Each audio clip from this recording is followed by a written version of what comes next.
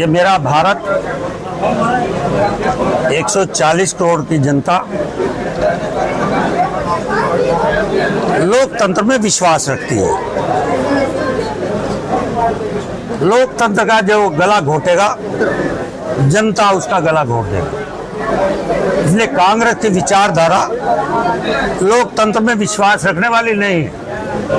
जिस तरह राहुल गांधी संविधान की कॉपी लेकर घूम रहे हैं, जनता उससे पूछना चाहती है, जब देश आजाद हो गया, आजादी के बाद पंडित जवाहरलाल नेहरू प्रधानमंत्री बने, एक देश में दो झंडे क्यों, दो विधान क्यों? इसलिए कांग्रेस लोकतंत्र में विश्वास रखने वाली नहीं, एक परिवारवाद की राजनीति की वजह से देश के आजादी के 75 साल में 50-60 साल का राज उनका रहा है, उन्होंने लोकतंत्र में कभी विश्वास नहीं रखा। उसी बीच में अभी हमारे महबूब नेता डॉक्टर श्यामा प्रसाद मुखर्जी जी का जम्मू कश्मीर में एंट्री हुई, उनकी हत्या कर दी गई।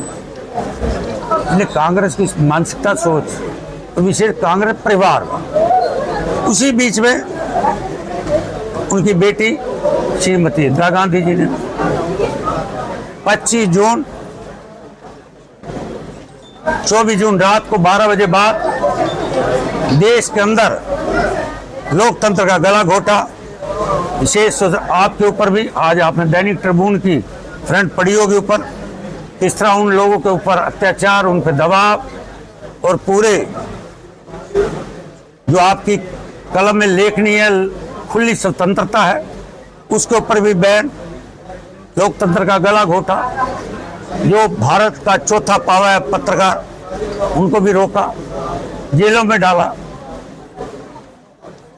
इसलिए कांग्रेस उसी विचारधारा से लोकतंत्र का गला घोटने वाली, विश्वास करने वाले नहीं। मैंने कहा कि आज भी राहुल गांधी वही कहते हैं, चुनाव जीत जाओ तो ठीक, हार जाओ तो चुनाव योग पे आरोप लगाना। बिहार में जाकर महाराष्ट्र की चुनी इस प्रकार जनता के ऊपर विश्वास न करना।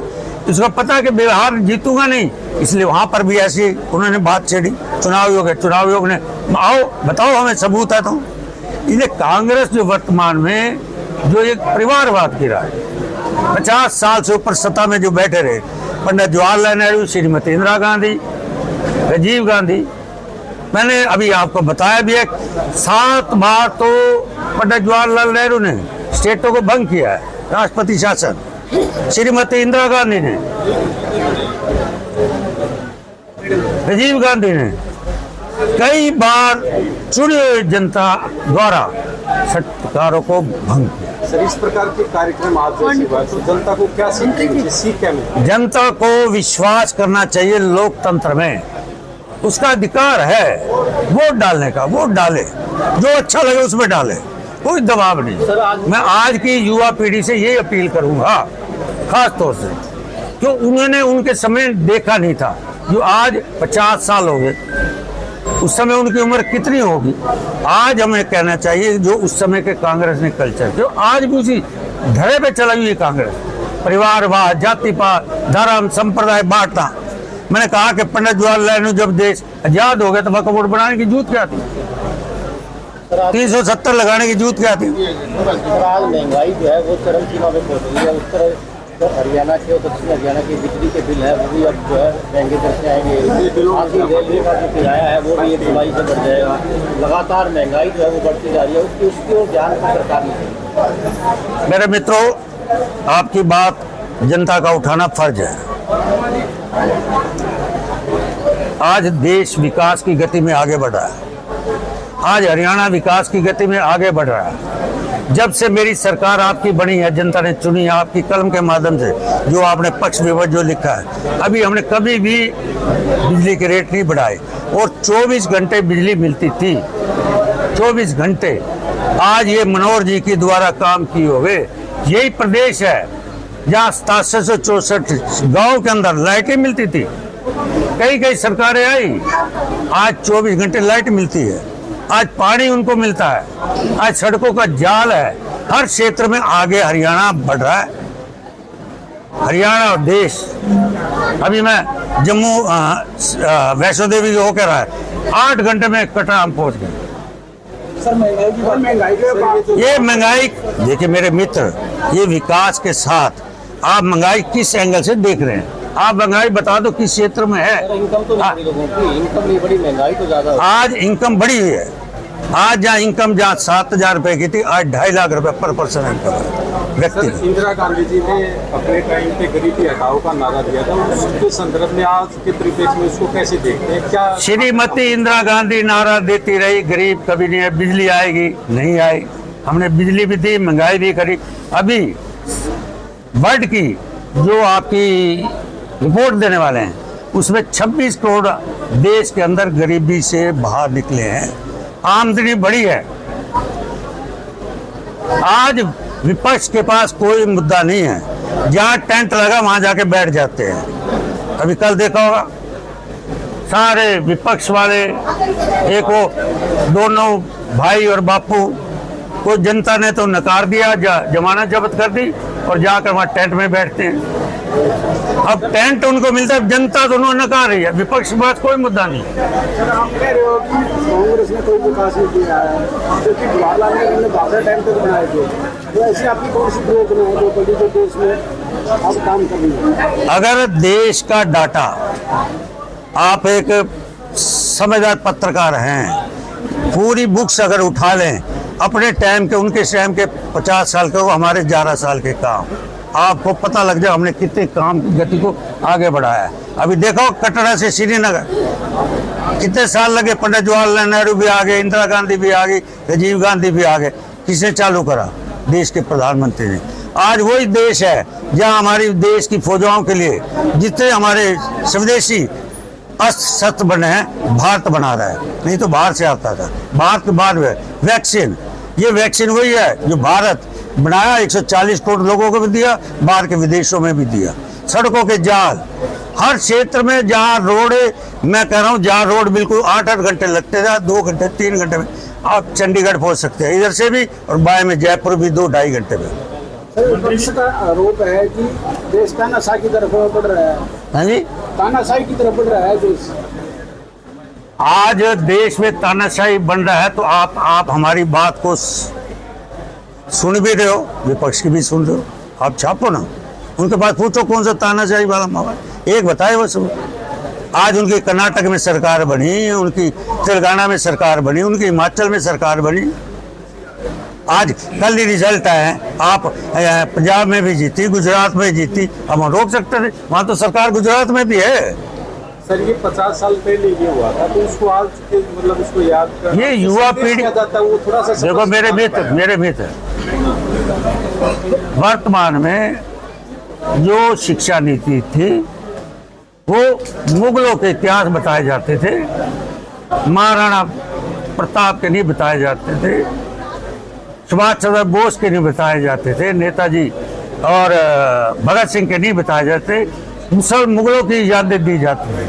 इसलिए युवाओं को बताना इतिहास का जरूरी है कि उस समय लोकतंत्र के अंदर किस तरह इमरजेंसी लगाई गई, नसबंदी की गई, ये युवाओं को बताना हमारा फर्ज बनता है। जब भी आपातकाल की स्थिति यदि आती है भविष्य में, तो उस लोगों को दबाया जाता है, तो ऐसी स्थिति में उसका विरोध किया जाना या सड़कों पर उतरना, ये क्या इस प्रकार की शिक्षा नहीं दी जानी चाहिए? मैंने कहा कि जो लोकतंत्र का गला घोटेगा, हमने भी उस समय आंदोलन किए हैं, हम भी जेलों में गए हैं, इसलिए लोकतंत्र का जो गला घटेगा, जनता उसका गला घोट देगी।